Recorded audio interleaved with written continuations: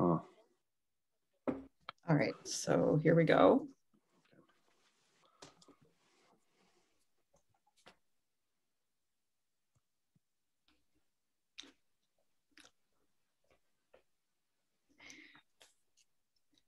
Welcome to episode 48 of the Civil War.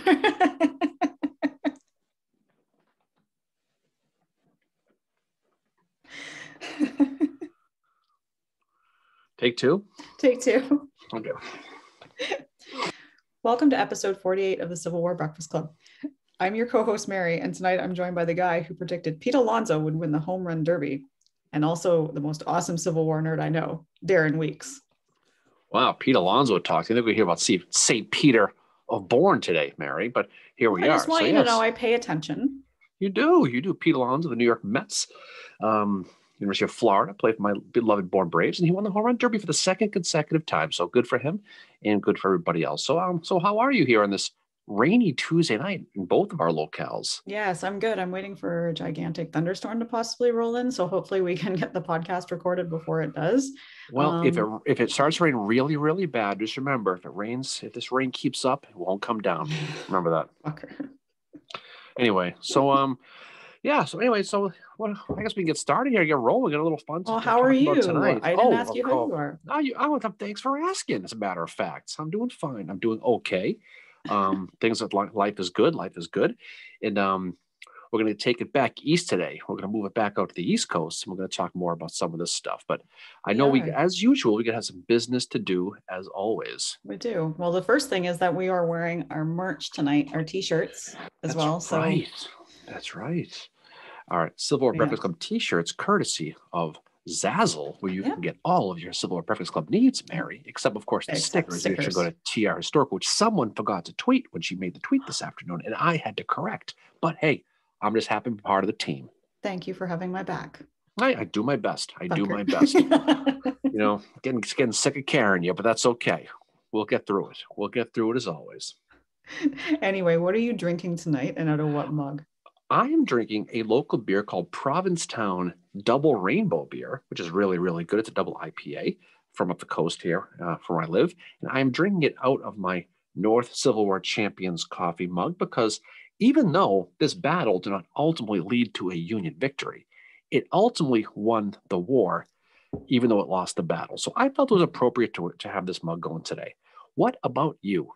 I am drinking Haze Mama New England IPA from Great Lakes Brewery, based out of Toronto. And I'm drinking it out of my Ride with the Winner mug, which John LaRoe of LaRoe Designs is very nice. And he sent us each one of these. So you can buy those on Redbubble. They're really, really cool mugs with a really cool flag design on them. And like you, I picked that one because even though Wallace really isn't the winner here, he kind of is. Well, I have to tell you, you redeemed yourself for this intro after the last one. And speaking of redemption stories, we got one sort of talk about tonight, Mary. Redemption story. When we talk about Lew Wallace, when we talk about the Battle of Monocacy back in 1864 towards the end. So interesting battle. And like we said before, it's one of the most, if not the most underrated battles in the entire Civil War, in my opinion, with huge ramifications ultimately. Mm-hmm. It's a lot like a Ball's Bluff in that way that you don't think of, Ball's Bluff. Nobody ever thinks to look at that one. But when you look at the ramifications, especially the political ones, and it's like, holy shit, Monocacy in studying it is a lot like that. Well, they were ultimately a army who put themselves in front. I don't want to say sacrifice themselves, but put themselves as a speed bump in the way to slow down this onslaught by Jubal Early, who was hell-bent on taking Washington. Mm-hmm. And it was a small army that held out for 9 hours. And because of that, this battle is called the Battle That Saved Washington. And it's not hyperbole when you look at the details of this. And a lot of people don't really study into this one as much. A lot of people certainly don't visit it. I was there a month or two ago, and I was with my friend Bill.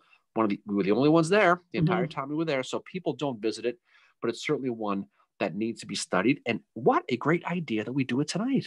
Don't you think? Exactly. Yeah. We're right around the anniversary of it in Fort Stevens. But I think before we get into the battle, we kind of have to set the stage for what's going on in the summer of 1864 in the Civil War. So the big thing that's looming is the 1864 election. And that is on not just Abraham Lincoln's mind, it's on the mind of General Grant. It's on the mind of General Sherman, who is in the Western Theater, currently on his Atlanta campaign and chasing down Joseph E. Johnston, who is, I think, in just a few days' time, it will be the anniversary of when John Bell Hood replaces him. I think I'm getting that right. As well, obviously Robert E. Lee, it's on his mind too. And that is going to play into what he is going to ask Jubal Early to do here. Now, just quickly, General Grant he's in the East now with General Meade and with the Army of the Potomac, and he is into his overland campaign. Yeah, so set the stage militarily. So Grant is dug in around Petersburg. Lee is dug in the same area, and they're kind of staring at each other. That's what they do, apparently. Lincoln's sitting in Washington, D.C., and he is freaking out, borderline fetal position about this 1864 election. Now, good news for Lincoln is Sherman's doing his thing in Atlanta. He's doing okay, and Grant has got entrenched, but he's kind of hit that standoff with him. So Jefferson Davis, he's sitting there in Richmond as well, trying to figure out what the hell is going to go on here. The clock is running towards the 64 election, so time is on his side, sort of. Now, he's got problems himself, okay? And that issue is that Shenandoah Valley. The Shenandoah Valley is the area of Virginia where is the breadbasket. That's where most of the food comes from. And by this point, both Grant and Sherman, for that matter, are cutting off supply lines to try to bleed out, starve, and, to the Confederacy. So Davis knows he has to keep the Shenandoah Valley free of feds because he has to keep that food source open, or that's it. We talked a lot about the supplies at the last episode, the retreat from Gettysburg. This is even bigger because it's the whole valley right there in Virginia. Now, John C. Breckinridge, we've talked about him before, he's holding it under rebel control. Now, Henry Halleck, going back to Washington, D.C. real quick, he has been bumped down, Mary, to Lincoln's chief of staff because U.S. Grant has been promoted to general-in-chief of the Army. And Halleck is telling Lincoln, listen, this stalemate in Petersburg, I mean, we're getting reports of this bloodshed going on. And all these guys getting killed ain't going to help the election polls. So we got to get this thing done. How about we send some troops from D.C.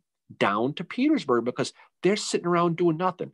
They're doing some whittling, playing a little bit of Twister. Who knows what they're doing. Going to the DQ. They're going to the DQ. But the reality is they're sitting around and they're idle, and we could really use them down in Petersburg. Now, Abraham Lincoln, as we know, has been scared to death of having Washington, D.C. exposed. The one consistent thing about Lincoln is that he always told his generals to make sure Washington is protected. Yeah. But he understands the situation. He says, well, Lee is buried in Petersburg. He ain't going anywhere. There's no one going to challenge Washington. We can probably send troops down to Petersburg if it's going to expedite that situation. We have some local home guard who'll take care of it, and I think we're good. Grant, like I said, he's digging in, and he's just begging Lee to attack him. But Lee, of course, won't do it because he's smart about it. He knows. So it begins that siege that goes on and on and on. Now, like I said before, Lee is hearing from Davis, whatever the hell you do, you got to keep that valley clear. You have to do it. Yeah. Especially because we're approaching that harvest time now. Now is the time. If there was ever a time to do it, now is the time. So Lee is going to send out fun lover Jubal Early, okay, to go up to the valley and push out Union Generals David Hunter and Franz Sigel out of that area. Because defending Richmond makes no sense if you're going to starve to death. So what the hell is the friggin' point? Yeah, so exactly. So he tells Early, go up there, clear the valley, go threaten Maryland, make a feint towards Washington. Because if you do, it's going to have some benefits. Now he knows a pain in the ass like Jubal Early is the perfect guy to do it. He just is. Exactly. I mean, the interesting thing about Early is he was opposed to secession too. And then Virginia seceded. He was like, fuck that, Well, we'll talk about him. He was, from a blue blood family in Virginia. We'll talk about old Jubal here in a little bit. But Lee knows that this 1864 election is looming. Like to your point, they all know it. So Early's raid could push the North into absolute panic.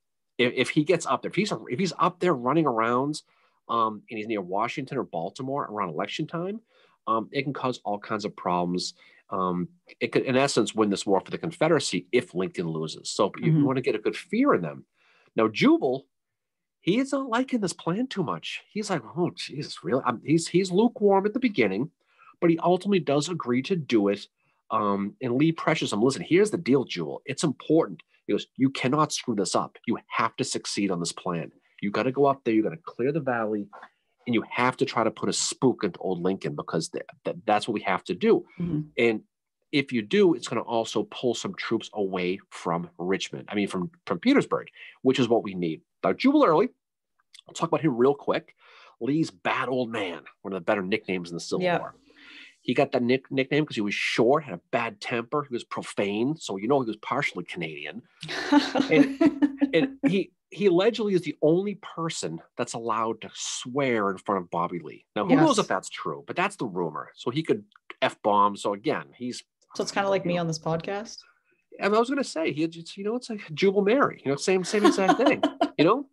He's born, like I said, he's born in Franklin County, Virginia, and he's from a blue blood Virginia family. He attends a snotty little private school in Franklin County. He's the first boy in his county to go to West Point. He gets that appointment thanks to his father, admittedly. Graduates 18th in the class of 50 from 1837 with guys like none other than Joe Hooker and William French and the great Braxton Bragg. Yep. John Pemberton's there. Pemberton, yeah, they're all there. The dream team. He famously has a plate broken over his head by Low Armistead, and Armistead gets booted out of school for it. So you could tell all these names that are familiar with Civil War people are all at this point. He's going to finish up. He's going to join the 3rd U.S. Artillery. He's going to go down and fight the Seminoles down in Florida for a little while. He's going to quit the Army in 1838. He's actually going to study law. He passes the bar in 1840. Now, can you imagine? You need to go to court and Jubal Early as your lawyer. Just let that sink in for a second. But that's what happened. An angry person. I'm sure he's really good. Like, he'd be a good prosecutor. Okay. Did you say Ute? I can only imagine that. So he's gonna go back in the military. He's gonna join that 1st Virginia Volunteers. He's gonna go fight in Mexico. Now, he didn't join the Confederacy immediately. To your point, he was kind of neutral. He's like, I don't know, but he loses his shit when Lincoln calls up those volunteers. He calls up those 75,000 volunteers to squelch the rebels in South Carolina after Sumter, and he says, "The hell with this," and joins the Confederacy. He's going to join the Virginia militia as a brigadier general. Later, he'll be a colonel of the 24th Virginia. He's going to get his star after that first Bull Run. Now, he's all set now.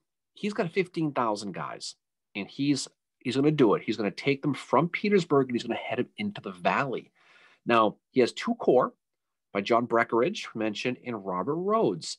Now, he's going to pick up Breckinridge here in a little bit. He doesn't quite have him just yet, but he's going to get him.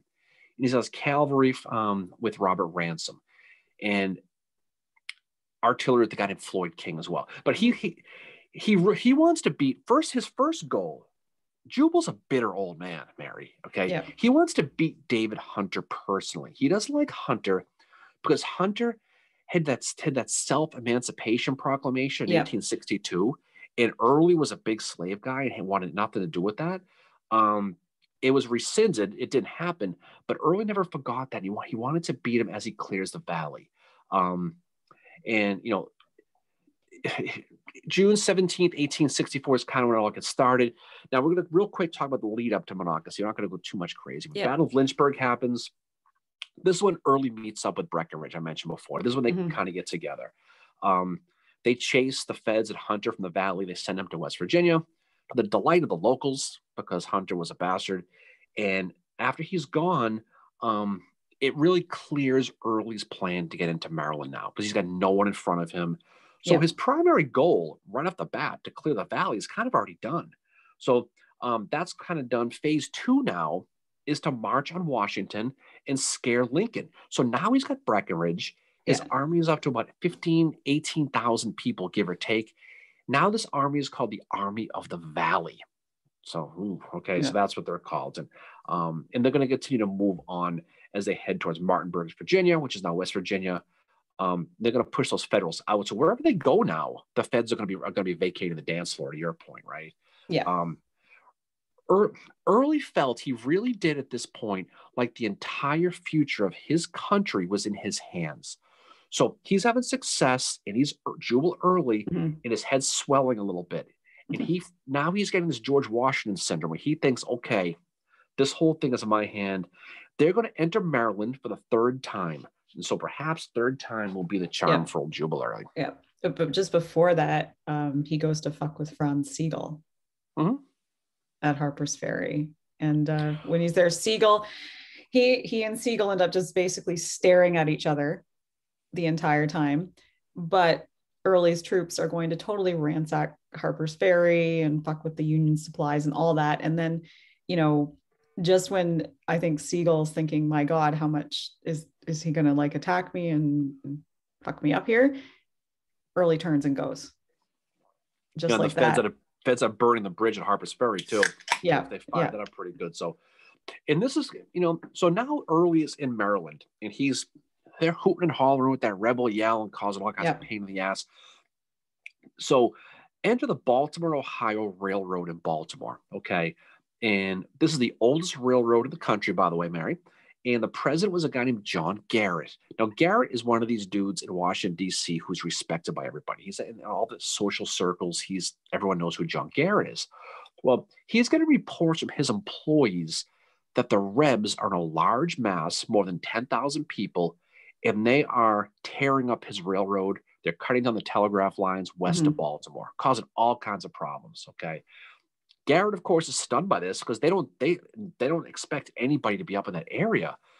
He sends a telegram to Washington telling them of this large rebel force. Now, Lincoln must have had that pucker effect right off the bat when he hears this one, because he's already scared to death of Washington, D.C. falling. Yeah. He's also knows he doesn't have anybody protecting Washington. Because don't forget, he'd agreed to send those troops down. Exactly. So he has not much guarding Washington, D.C. He's it ain't much. So Lincoln quickly realizes that he has a political and a military problem on his hands right in his friggin' backyard, just months before the election. So this is the nightmare for Lincoln right off the bat. Exactly. But Halleck and Grant don't believe it's a threat. Well, like Grant is saying, no. Early's still here at Petersburg in Richmond area. They don't. So when Grant gets that telegram, he looks at him and goes, "No, this is ridiculous." So Grant and Halleck, there's no way this report is true.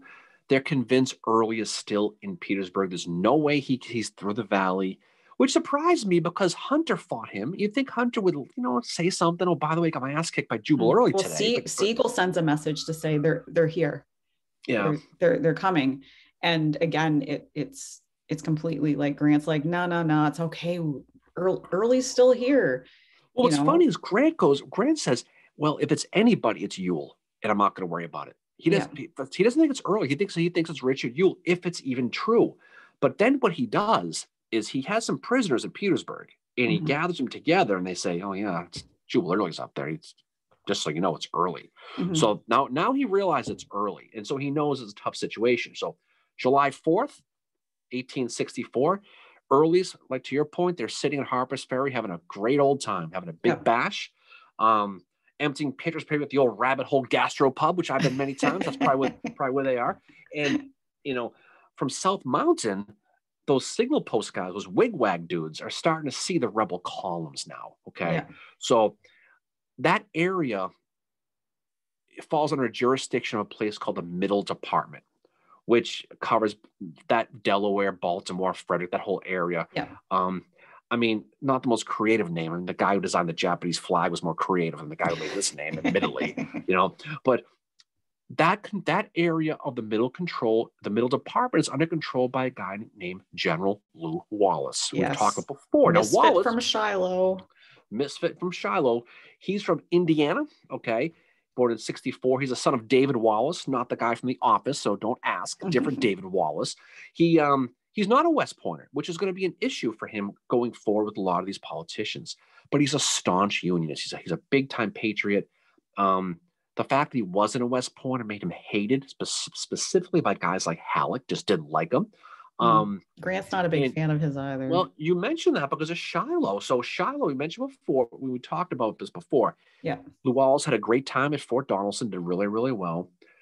But Grant blames Wallace, quotation fingers, scapegoat for Shiloh Yeah. because he had that slow arrival on that first day. Now, after Shiloh, he gets put in the corner, to your point, for a while, and he doesn't really get to do anything. He gets blamed for Shiloh for a couple of different reasons, which makes absolutely no sense. Was he got his orders from Grant to come down, but Grant sends his quartermaster to find him and give him the orders instead of a messenger. Yeah. So now they're running out of bullets, ammo, because the quartermaster's gone, and he's gonna walk. He has to march 6 miles an hour in the mud to get there. That's what Wallace had to do with Shiloh, right? And he doesn't get there in time. He's supposed to be there in the morning, gets there late on the day. They get their asses kicked on the first day. He needs someone to blame. He's going to blame Wallace. And in Grant, as we know, he's going to blame you for a long time with this stuff, and he's going to hold that when you get put in Grant's doghouse, unless, and this, I'm sorry I have to say it, unless your name is William Tecumseh Sherman, because he was caught off guard at Shiloh. Unless your name is William Tecumseh Sherman, you're not coming out of that doghouse for a little while. And I love Grant, but there is that about him.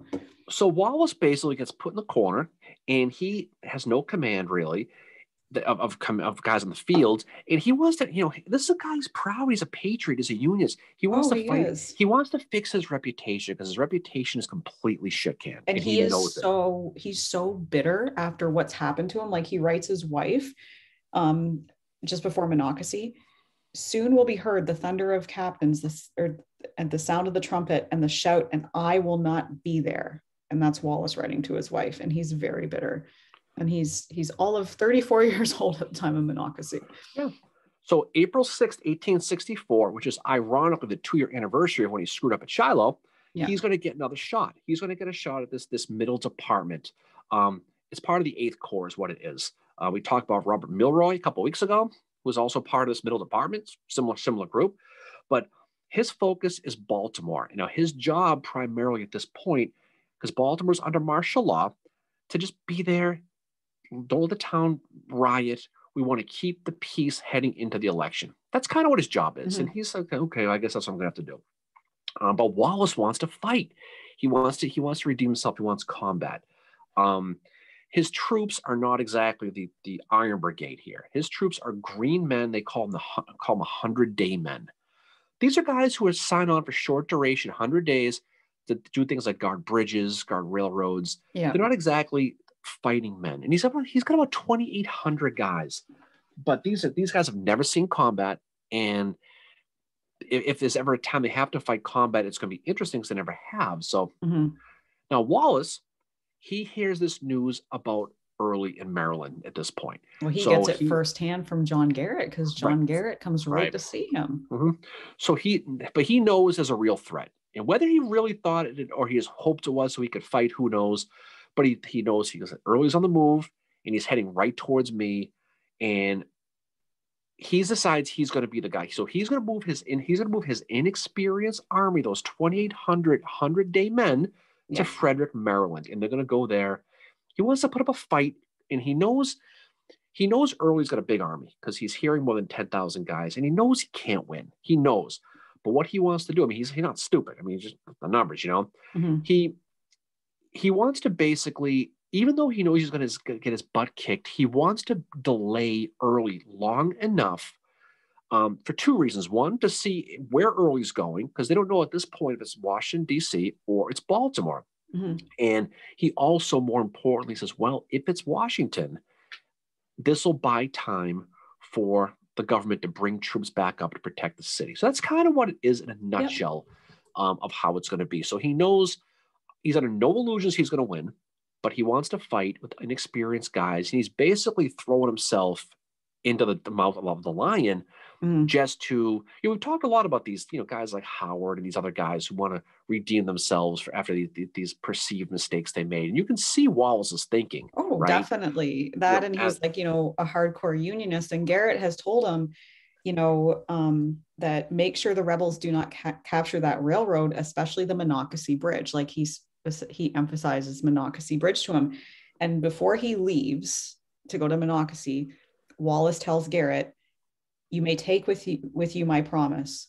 The bridge shall not be disturbed without a fight. So here he's like, yep, I'm going to do this. But yes, there is a definite need to probably, a little bit personal here, Mhm. just show Grant, like, hey, look at me, fuck you for what you've done to me with the whole Shiloh thing, but as well as the redemption that, like, as you mentioned, you see Oliver Otis Howard do, Joseph Hooker does it as well. And now it's Wallace's time to do it. Well, and this is where you kind of, Wallace gets a little bit lucky here. Okay, so Yeah. he's going to be riding his division out towards Frederick. He's going to run into the Sixth Corps Third Division, a guy named James Ricketts from New York City. New York City, Yeah. right? And Ricketts is riding his division towards Harper's Ferry, and they're just looking to pick a fight. That they're just looking for a fight at this point. And Wallace is going to ask him, "Hey, I could sit there probably behind the little light post, the cigarette in his mouth. Hey, you want to fight? I know where I can get you a fight." So he says, "Why don't you come join me? Because we got Jubal early coming on the road. You want to come fight with him?" And of course, Ricketts is like, "Oh, okay, okay." So Agree joins. Ricketts has 3,000 now. He's got experienced guys. Now, these are Sixth Corps guys. These are battle-tested dudes that are going to offset that 100-day men, right?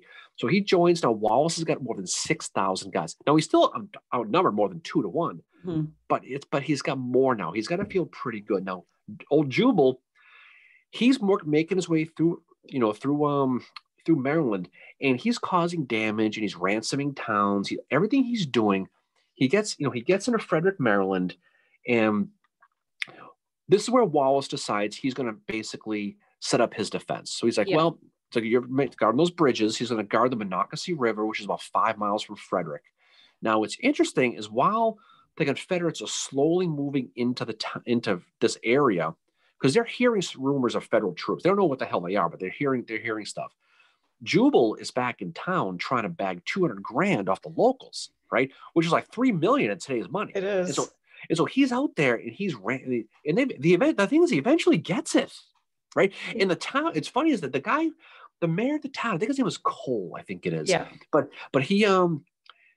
he's delaying them because he's like, I think there's troops. I'm hoping I can buy some time. But whatever happens, he finally pulls out the checkbook and says, "Here, go." And the troops end up blowing in the town. Well, yeah, they bring it out to them in wicker baskets. This is just a little bit ahead here. When Early finds out the battle's going on, he leaves town and he leaves it to his staff to get this money. And they bring it out to him in these wicker baskets.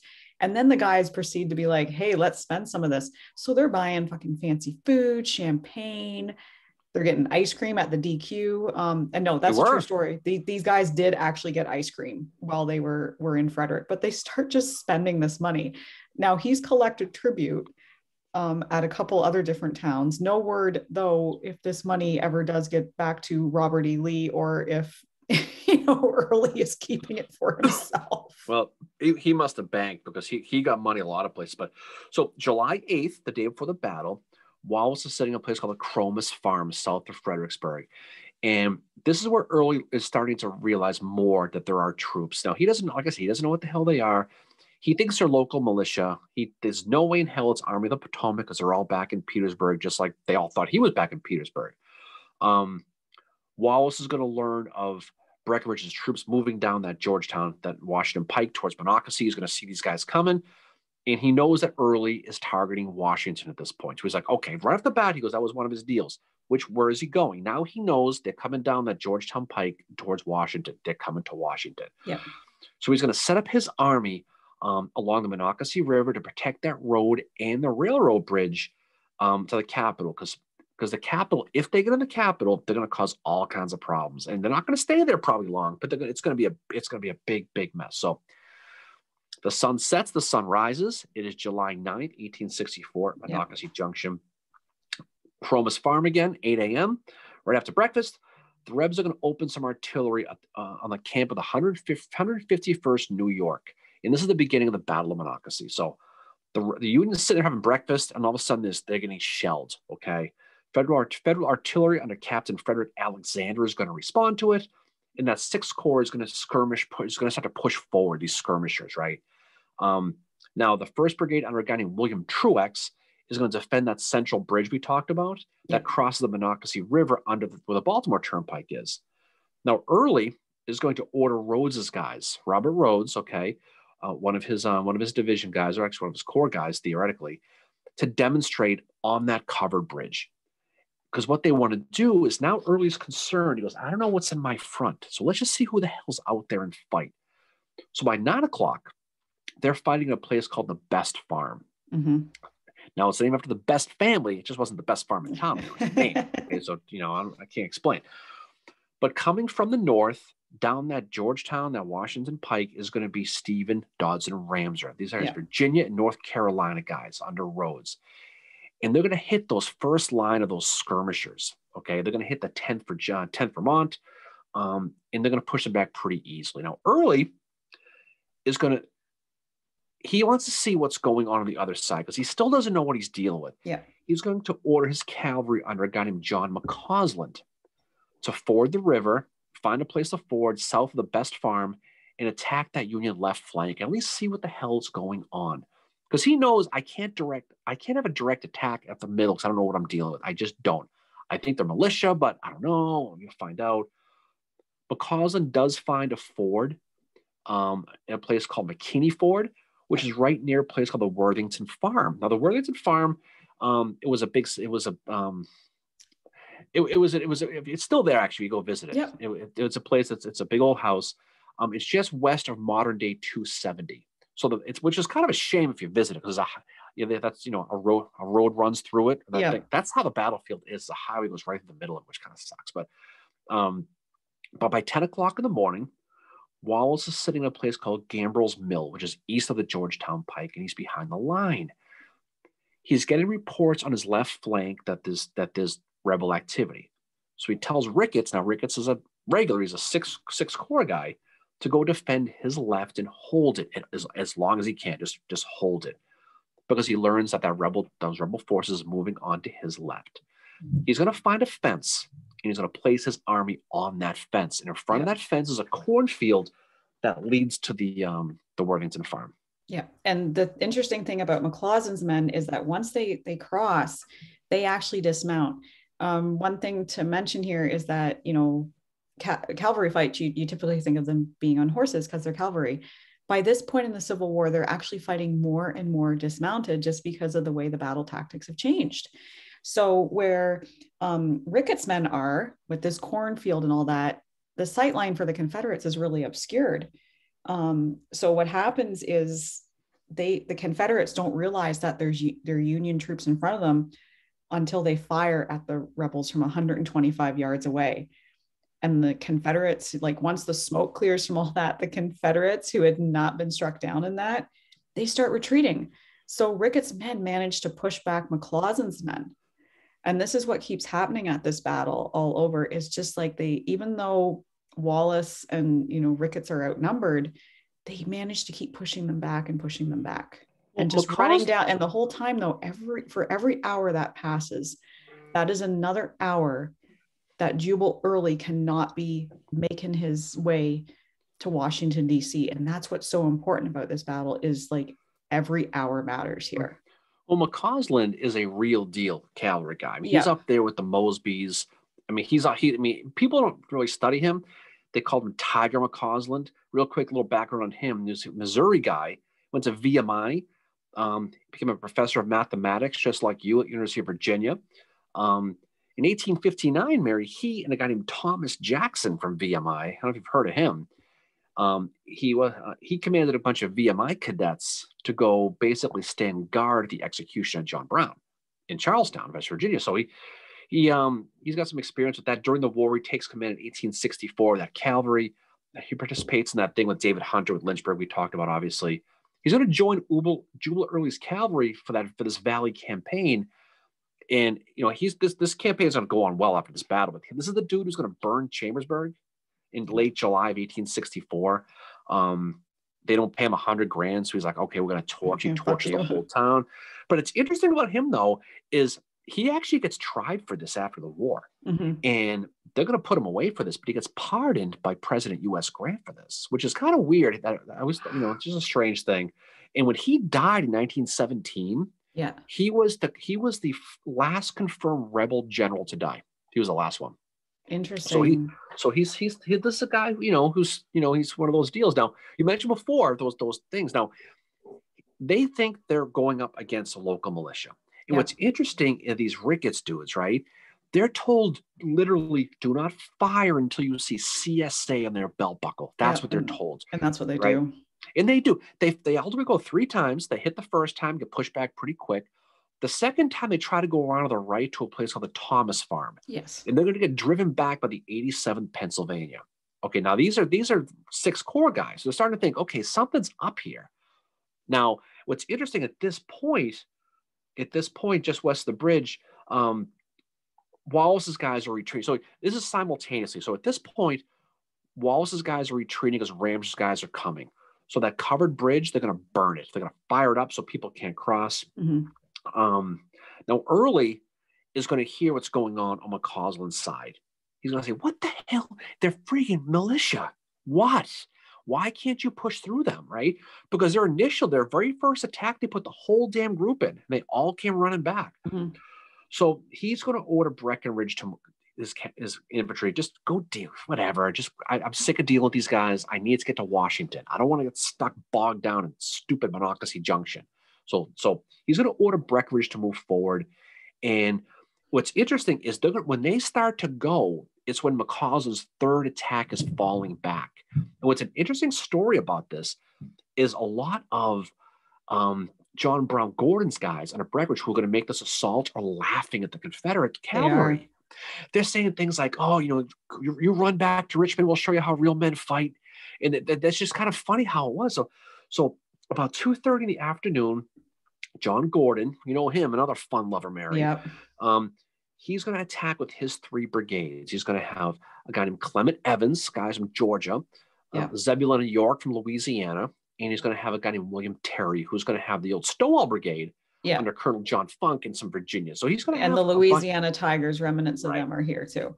He's going to have them too. So he's going to have a pretty good group of guys going in. Now Gordon's going to attack, and he tells his guys, he yells at his troops, he says, I want you to fire until your gun barrels melt.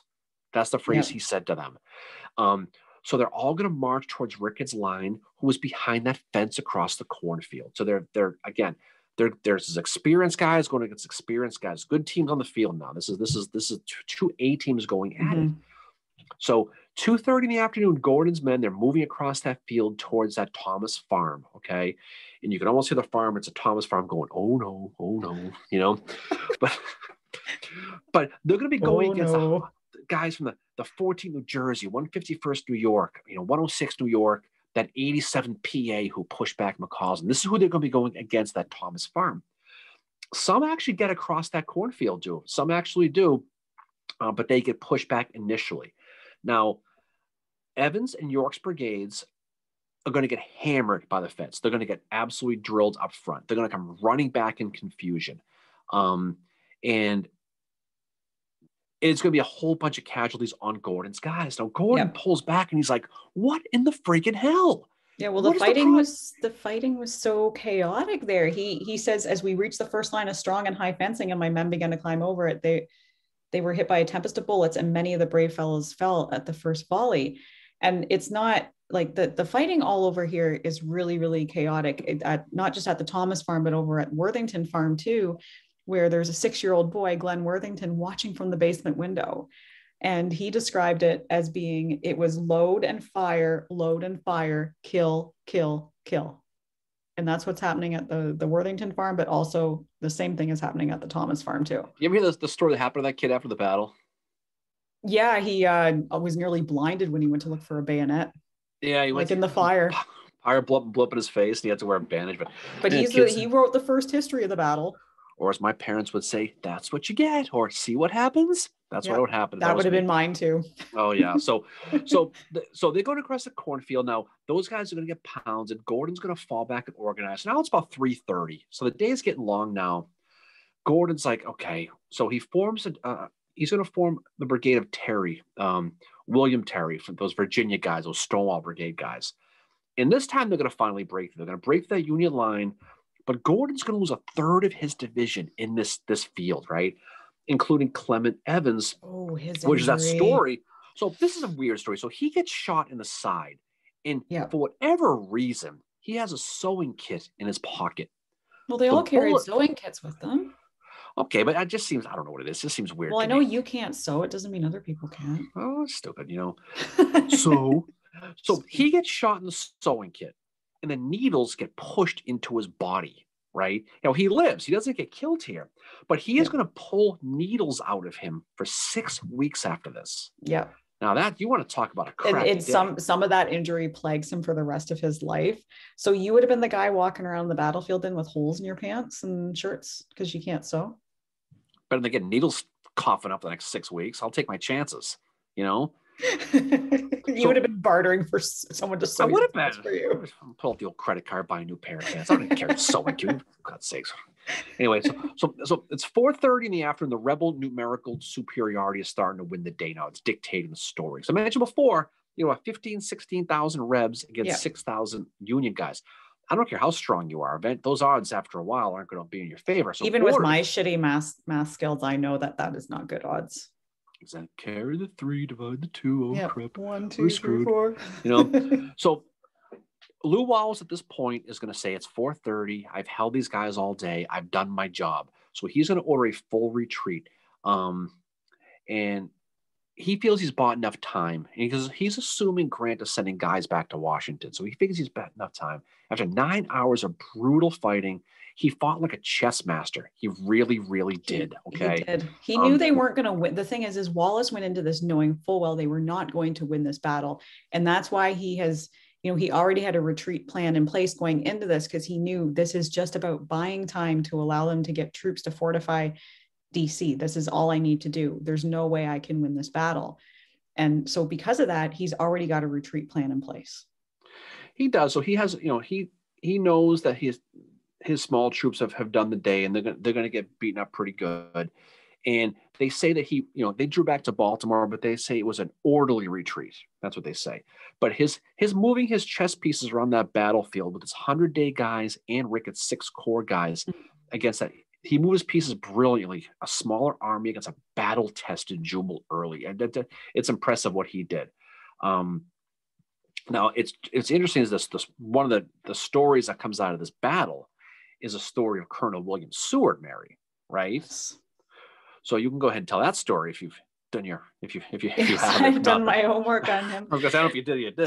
So William Seward Jr., who is the son of the Secretary of State, he is there with the 9th. Am I getting it right? 9th Heavy Artillery. Yeah. Yeah, 9th Heavy Artillery. So he and his men are going to be engaged in some pretty heavy fighting in this battle, and he's going to get shot down. His horse gets shot out from under him, and he's going to basically be wounded on the battlefield. His leg is broken. I think he'd been shot through his arm as well. So he's wounded. So he eventually does make his way back to his troops. But they say he's not captured because before he was fighting in another battle and he got his uniform all just completely shot and he hadn't replaced it at that point. So he was wearing kind of, why? He was smart enough not to have a sewing kit on him. Yeah, he didn't know how to sew. That's why. So he had to borrow someone who lower rank. So they say that's why he doesn't get captured at this battle. Choking on needles. I'll take saying. But he eventually finds a mule and makes his way back to his men. Well, but it's a great story because while this is going on, Seward, the old man back in Washington, is getting stories that your son has been injured and captured, right? Yeah. So eventually Lew Wallace is going to telegraph him and say, hey, I got good news for you. Your kid is not injured. He's not captured. He rode a mule back, which is kind of a hysterical story that he finds a mule. He takes a silk handkerchief as a bridle, right? Yeah. And he's going to ride off the field and he stays ahead of the Confederates on this. It's just a fun story. It's a really cool story. Another cool part of the story too is that years later, there was a tree that had been on the battlefield and the tree ended up being cut down. Well, the men of the 9th Heavy Artillery, they end up taking part of that tree and they make like a kind of a walking stick for Seward. And it's actually at the Seward House in Albany, New York. It's not on display, but they do have it as part of their collection. But that is a tree from the Battle of Monocacy battlefield that that he was given by his men. So it's a pretty cool story. But yeah, the funny thing is like Seward's getting reports that his son's been captured and he's injured, and then Wallace is like, no, he's good, and then Wallace has to go back and say, actually, he is injured. Yeah, but it wasn't that bad though. It was okay. Oh, it's a broken leg's pretty fucking bad. Well, better than I guess compared to other injuries. Sucking on a friggin' needle, coughing that up. I think you are absolutely minimizing the effect of coughing up needles. I don't know what the hell. I'm not.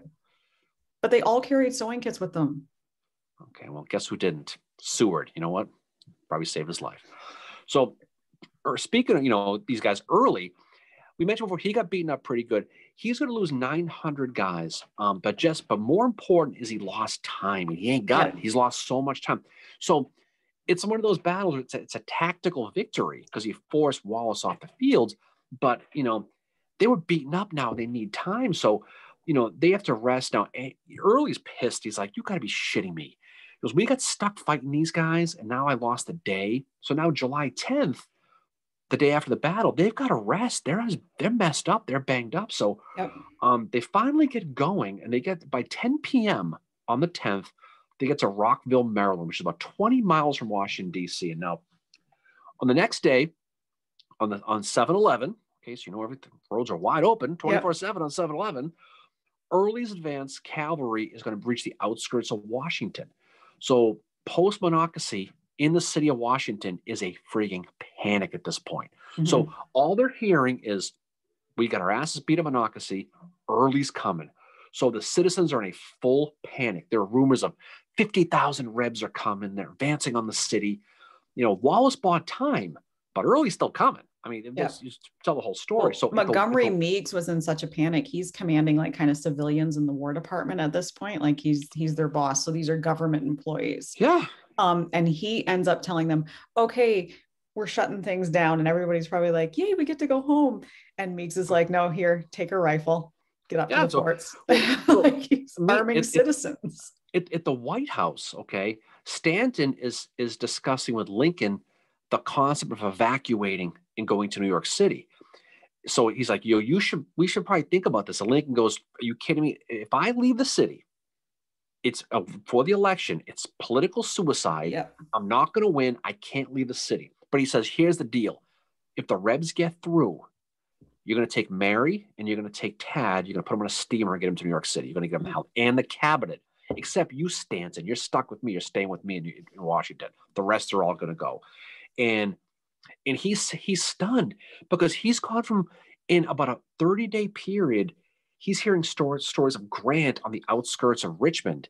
Now he's got Lee on the outskirts of Washington. He's like, what the hell happens? Right? Yep. So he sees Monocacy, Lincoln is, as a complete disaster. Now, they don't know what Wallace did. They don't know the story, but they just know the Rebs are coming.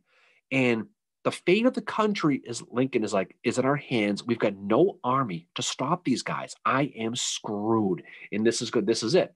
So he needs to defend the capital all costs. Now, you mentioned before, Montgomery Meigs. They're going to take all the government employees. We're talking about the clerks, no training. Here's a rifle. Go figure it out. The injured soldiers who can still walk in Washington, they're going to be sent to the front lines. They're all going. Any man in Washington who can fight is going to fight if they can. They're going out there and say, we come defend the city. And a lot of guys came out. Now, what I mentioned before, even though there was complete panic, there was also a real enthusiasm of patriotism that very reminiscent of 9/11 here. Yep. Where everybody was in a panic, but suddenly everybody was extremely patriotic and suddenly would run through a wall for the country. That's what Washington was turning into. So you had guys with zero experience grabbing the musket. They had freed blacks to dig entrenchments. They all got on-the-spot training. Here you go, and they can't even load their rifle, let alone shoot it, but they're like, we're going to have to figure this thing out. Now, the Rebs, post-Monocacy, that, like I said, that battle took a lot out of them. And this is, again, credit towards Lew Wallace and to Ricketts. So they're beat up and they needed that rest we talked about. But that day of rest, they're going to rue that day. Have you ever rued something? Have you rued the day ever? Probably. Okay. Well, this is the day that not Lou Wallace, Jubal Early is going to rue because this is going to be his missed chance. Is this day that they stop? So Yeah. Lincoln, he jumps on his iPhone. He texts old U.S. Grant down there, and he says, "He goes, I need troops. You got to send troops here immediately." Grant gets this message, okay, and he is pissed. He's like, "You have got to be shitting me." He hears about Monocacy, and he goes, "Who the hell is lost Monocacy?" And there goes General Wallace. And he goes, "That guy from Shiloh, of course." And he's Yeah. just rolling his eyes. So he goes to me and says, "Hey, who can I send? Give me someone I can frigging trust." He goes, Sixth Corps, send Sixth Corps. Yeah. So he's gonna send the first two divisions under Horatio Wright up there. So he's still blaming Wallace from Shiloh. He's got a little memory. Well, he actually, right after, the other thing he does too is he goes and puts Major General Ord in charge of Wallace's troops right after Monocacy. Yeah. And Wallace does not find that out until the 11th. He's still in charge of the middle department, but he's not in command of these troops anymore, which is probably like a fuck you to Grant, you know. But eventually Wallace does but once officials become aware of what Wallace has done at Monocacy, he gets full command back. But that doesn't happen until July 28th. So what he'll do is he's going to send Horatio Wright, who's in charge of the Sixth Corps. Now, he's already had the third division go up. That's Ricketts. Now, he's going to send the first two, which is going to be under a guy named David Russell and George Getty. So they're going to be going to Washington, D.C., and they're going to be get there as fast as they can. The Beltway traffic was brutal, but they did finally get there. I think some things never change. So this is going to be a 10,000-man infusion of experienced dudes shot right in the right arm of Washington.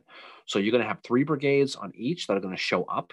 And those guys in Montgomery Meigs you mentioned before, they call them the emergency division, they call them, which is kind of like the accountants and Joe, the temp from the washroom. Here's a gun. I knew I should have called in sick today, But Early is pissed off at losing that day. And so he's bitter. He's got a temper. So you can tell how pissed off he is because he knows he lost the initiative. Breckinridge said, "Listen, we had to rest. We just had to. We can't just, just not freaking robots." But Early is still at this point. It's like, well, all right, well, it's okay because the city is still defended by locals, militia. I think we're fine. So we'll be okay. So 1 p.m. Early is so close to the city, he can see it. He can probably hear the crowds from the Nationals game cheering. He's so close. He looks through his binoculars. He can see the Capitol Dome. He can see it, but he doesn't want to commit to an attack just yet, regardless. But John Gordon is kind of like, let's get him. Yeah. And he's like, you know what? Let's do it quick. Early's like, listen, let's just chill for a second. We don't know who the hell these people are here. Let's just take it easy. And he screws up again because Early gives his guys more time to rest again. He's like, all right, it's the 11th. Let's just chill for the night and hit him on the 12th. Good. Right. And that's really what's going to be. Now, there's that story. This is when that story with Montgomery Blair's house take place, right? Yep. Which is great. I'll let you tell. It's a good drinking story. So what happens is the men go to the home of Montgomery Blair and they raid his whiskey stores and they get completely shit-faced. Like probably worse than what happens in Goderich on a Saturday night. Well, no, it's that bad. But this is not a couple. Call me maybe. They all get to call me maybe. Right. Situation. But we're talking about a basement full of barrels upon barrels of whiskey. We're not talking about a bottle of Jack Daniels behind the couch. We're talking a whole bunch, and they hit it hard. And one of the reasons why Early doesn't want to fight on the 11th, they're tired, it's hot, but a lot of his guys are drunk as hell. And he's like, God's sakes. He's like, all right, we'll wait till the next day. So there's nothing worse than being hungover when it's humid out either, like that. And especially when you get shot at. Yeah, that's not good. But yeah, the other thing to mention too is that, this area has been seeing temperatures of over 90 degrees for a few weeks during these battles, during Monocacy and the Battle of Fort Stevens as well. So the morning of the 12th, okay, Early is going to finally advance. This is the Battle of Fort Stevens. Okay, he's going to attack Fort Stevens, which is just north of the city, and he looks and he's surprised because he sees 6 Corps troops defending Fort Stevens. He's like, friggin' 6 Corps again? How many of these people are? So Frank Wheaton's probably up there waving to him. He probably was, Team Wheaton. But he was still expecting, for whatever reason, that those guys were still going to be in Petersburg. Now, you had to think that everyone knew he was fighting in Maryland going towards D.C. They would have said that, but he still wasn't sure. Now, I mentioned before how Lincoln didn't want to vacate the city. Yeah. So he wants to visit the front. He thinks it would be good to be seen as the president at the front. Okay, so he's going to take Mary and Edwin Stanton, and they're going to go to Fort Stevens. Now, Lincoln at this point, he sees the troops, he sees the embankments. He's like, all right, you know what? I'm starting to feel okay now. I've been nervous. This might be okay. I'm feeling a lot better than I did. He's going to climb to the parapet to see what the hell's going on.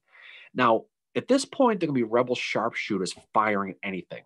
Yeah. Now, they don't know who the hell they're shooting at, but they see movement, they shoot. So someone is going to take a shot at old Abe Lincoln, right? And the person who shot him probably never knew that the guy they were shooting at was Lincoln, which is kind of funny. And is that report that a young Oliver Wendell Holmes Jr., future Supreme Court Justice, yelled to Lincoln, "Get down, you damn fool," to old Abe. And he did, you know what? He got down. Yep. But apparently it was also Horatio Wright that did it too. Yeah. Well, there was 18 other people. Well, there were rumors that, that Horatio Wright was shot. And there's all these stories that came out of this, but the bottom line is he ducked. He got down. And it's the only time in American history that a president was fired upon by an enemy in wartime. Yeah. And Horatio Wright actually regretted bringing Lincoln up there because he eventually realized, like, shit, I can't guarantee this guy's safety, Yeah, if you take the guy up there to take us for sightseeing and you get your president shot, that'd be a tough one to walk. Yeah, so, that would be like, oh. No, Early is going to continue he's going to see that what's going on. They're hot. They've been fighting. He knows at this point the dream of D.C. is over. Yeah. Washington City ain't going to be ransacked, but, I'm not going to be sitting at the old Ebbett Grill in front of that Grant picture drinking my old fashioned tonight. It ain't going to be happening. So he knows. So by the end of July 12th, and we're going to do a whole story on Fort Stevens, okay? Yeah. Because there's a lot that gets into this, but we just want to get too deep in the weeds. But by the end of the 12th, Early knows that it's over with because the feds are reinforced not just by the 6th Corps, but also by the 19th Corps. So you had a lot of guys there now. So those are the guys from the Gulf, right? Exactly. Yeah. I think Gulf of Mexico. You said Gulf for some reason. I think that sometimes. But so by 5 p.m., okay, one of the brigade commanders, a guy named Daniel Bidwell, is going to attack. They're going to go out of the parapet and they're going to attack them. And they're going to push Early off the field, but they're going to lose 200 or 300 guys in the meantime. They're going to do it. So at that point, the writing's on the wall. Early knows it's over with. So he is going to leave. He is going to cross the Potomac back into Virginia on July 13th, 1864, which is exactly 1 year to the day that Lee did after Gettysburg, which is always funny how coincidences always tend to work out. And he had that quote where he says, "We didn't take Washington, but we scared Abe Lincoln like hell." Yeah. And you can just picture him doing that. So the defense of Washington and that Atlanta Sherman attack was kind of the one that really sealed election for Lincoln. It really, really was. I mean, really, Atlanta probably did. Atlanta's about 2 months away, just less than 2 months away at this point from getting it. But yeah, if you think that Early had managed to get into the capital, what that would have done, he wouldn't have stayed, but what that would have done for, morale and just that kind of threat. If he had managed to get up there and put that flag over the city, even just for a little while, like that would have done a lot. It would have been for election purposes. I mean, every campaign commercial on TV from McClellan would have been the Confederate flag. Exactly. Right. And that's all Lee and Davis want to do is they just want to, they know they're not able to win. They know they wouldn't be able to actually take the Capitol, but they just want to get in there and fuck with it just enough to get the election. But when they don't do that, I think that's when the pressure really starts to shift over to Sherman in the Western Theater and Atlanta. Mm-hmm. Yeah. Now, for the most part, the Confederacy was dead. I mean, they were bleeding anyway, but they were dead. After Atlanta they were dead.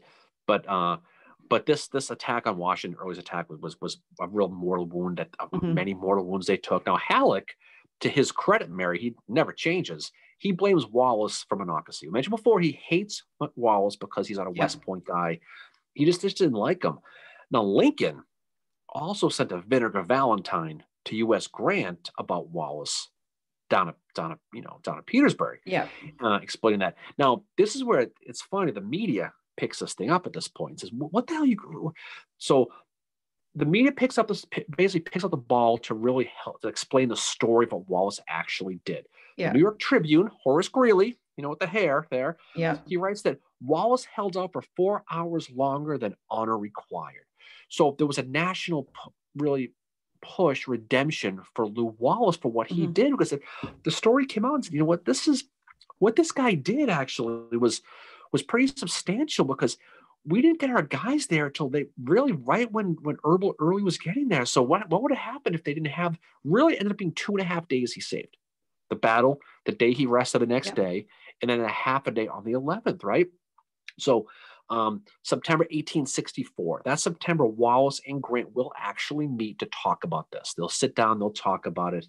Now, there's no real talk about what they talked about, but Wallace did say in his letter, or whoever he wrote a letter to, that he said, a defeat did more for me than the victories I've been engaged in. So my guess is Grant said, all right, you did good. Grant does say that in his memoirs. He says, if Early had been one day earlier, he might have entered the capital before the arrival of reinforcements I had sent. General Wallace contributed on this occasion by the defeat of the troops under him a greatest benefit to the cause than often falls to the lot of a commander of an equal force to render by means of a victory. So, in other words, Grant is saying Wallace lost the battle, but he saved, he bought us the time. Like, he's giving him the credit. And I think, it's like, immediately after the battle, like Grant's like, okay, Ord, you're in charge of his men. And Wallace is just kind of like in charge of the middle department. But then Wallace gets reinstated on July 28th once stuff starts coming out of what he's done at Monocacy. And the other thing Wallace says too is that he wanted a monument put at Fort Stevens, which I'm sure we'll get into more of this when we do the episode about it sometime. But he said these men died to save the national capital, and they did save it. They did. They certainly did. That's a monument you can go visit at still Monocacy today. So what's interesting is, time goes on and people still don't study what Wallace did. They really don't. No. Now, 35 years after the battle, Wallace, he's going to write Ben-Hur in 1882, I think, right around there. Which is a bit of that's his big fuck you to Grant. Right. He writes that letter to Grant, but he's famous for this at this time. Now he's a famous guy. He's going to have dinner with John Gordon. John Gordon, who he fought, obviously, at this battle, Monocacy, who was a senator from the state of Georgia at this point.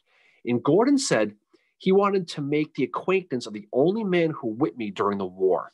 It was funny because Wallace allegedly had reminded him, hey, you kind of kicked my ass, right? And then Gordon said, Monocacy snatched Washington out of our hands. That was the defeat he was talking about. So what this battle does, it ultimately, mentioned before, it's an underrated and understudied battle because it's in the middle of Petersburg, it's in the middle of Atlanta, and it's a Union loss. But what it does, sometimes you can win by losing, right? Sometimes there are things that happen that you lose the battle, but you win the war. And this is certainly one of them. And that's why this battle, to this day, is still going to be called the battle that saved Washington. And it's very significant. And I was just thinking that, some of these battles that, really, really get studied, like Gettysburg, Antietam, Chickamauga and all them, I wonder, to go back and ask the generals that fought in them, what was the most significant battle you fought in? What changed the course of the war? That we might hear some different answers. We might hear, and I just thought of that now at the top of my head with, if you ask John Gordon, he would probably say Monocacy, because we lost the capital. And because of that, it was done. Maybe in his eyes, that was the end of the war. To go back and ask some of these guys, what were the significant battles? I'm sure a lot of them would say things like Ball's Bluff, Stones River, and we might not hear things like Gettysburg as much from them. We might hear about some of these smaller battles. I just thought of that now. Well, it's interesting because they went Early's guys went into this campaign with the weight of the world on their shoulders, thinking their fate of the country rested upon them. Yeah. So there's probably some truth to that. I think if John Gordon, if you were to ask him, if you take your Ouija board down to Oakland Cemetery in Atlanta, you may get an answer, but he probably would have said that. Early, he would go on to continue the Valley campaign throughout 1864. Eventually, he'll end up fighting Phil Sheridan. Sheridan will beat his ass senseless. And then eventually Lee is going to fire Early. And what's interesting is Early would say years after the war that, one of his greatest achievements was being fired by Lee. He says that he had framed his letter of termination. He would show everyone who came over because it was a letter from Robert E. Lee.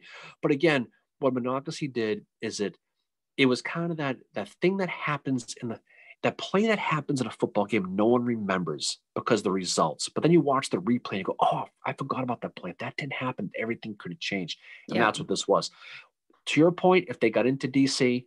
or Washington, they would have ransacked, they would have burned it, they would have done everything they did, like to Hagerstown or Chambersburg, all the stuff, all that towns, Frederick, they would have demanded money. But it would have been a psychological nightmare, especially if Lincoln fled the town before the election. Exactly. Yeah. So you want to talk about a what if? Holy shit! Yeah, right, this is up there with like something like Stones River, Ball's Bluff as well.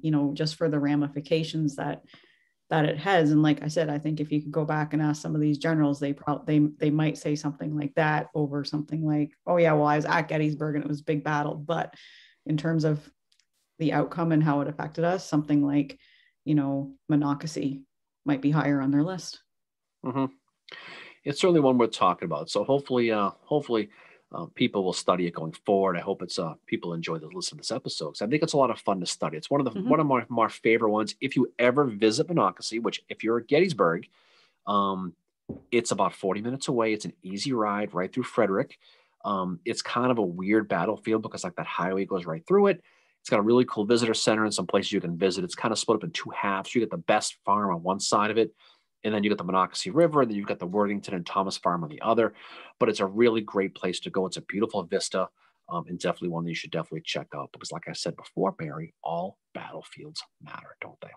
They absolutely do. And one of the reasons we know about Monocacy and the reason it is a battlefield now is because of Glenn Worthington, who witnessed the Battle of the Age of 6. And then in the 1920s, he finally wrote down an account of it, and it was the first history that anybody had ever written about that battle.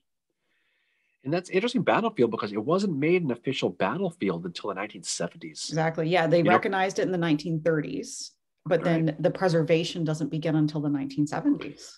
And so if you look at it, if you go on Google Earth and look at it, you can see there's a big industrial development on the north side where Ramsey's guys would have come down. There's trees to block it.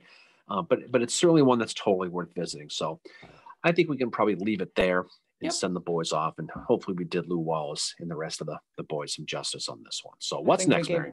So next week we are talking First Battle of Bull Run. But before that, we are having our roundtable next Wednesday. So July the 21st.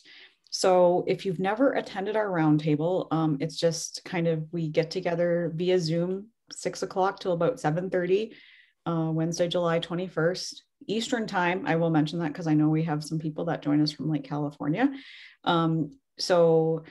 And it's just basically like you're sitting in a bar or a coffee shop and you're talking about the Civil War. We don't really have a topic. So if you've never attended before and you would like an invite, info@civilwarbreakfastclub.com. And we will make sure that you get an invite to our roundtable. And we would love to have you join us if you've never joined us before, because it's a really great group of people that come on there to talk Civil War with us. And then, like I said, First Bull Run. And then after that, episode to be determined, but we will determine what that one is soon. Hey, just let me know. You might want to let me know. I will let you know. Okay. All right. Well, off we go once again. So again, great episode. Always fun to talk about the, I don't want to say lesser battles, but certainly the lesser study battles, because I think this is one that I don't think anybody who fought in this would ever say was a lesser battle, but it was certainly one that had huge ramifications despite its 9-hour battle, relatively small numbers, in the fact that it was a Union loss that ultimately led to a bigger picture victory in the end. So off we go. So any final words from you, Fincheru? Well, thank you for everyone for listening. And thank you to you for being the awesome co-host you are and dealing with my Tuesday moods. I got those DQ gift certificates, so I'm going to keep talking. Okay, well, that's good. Ooh. I don't know how to All keep right. you involved in this then. I'm an easy person to satisfy, so there we go. Wow, okay. All right, so hey, it was a good time as well, so we will look forward to talking to you soon. Look forward to hearing people on the live on Saturday, and then the round table coming out down the road. So off we go. So again, Mary, I say many times, the pleasure as always yours, and we will look forward to talking to you as we go off into our next episode as we head towards Manassas and Bull Run. See you guys later. Peace out. Bye.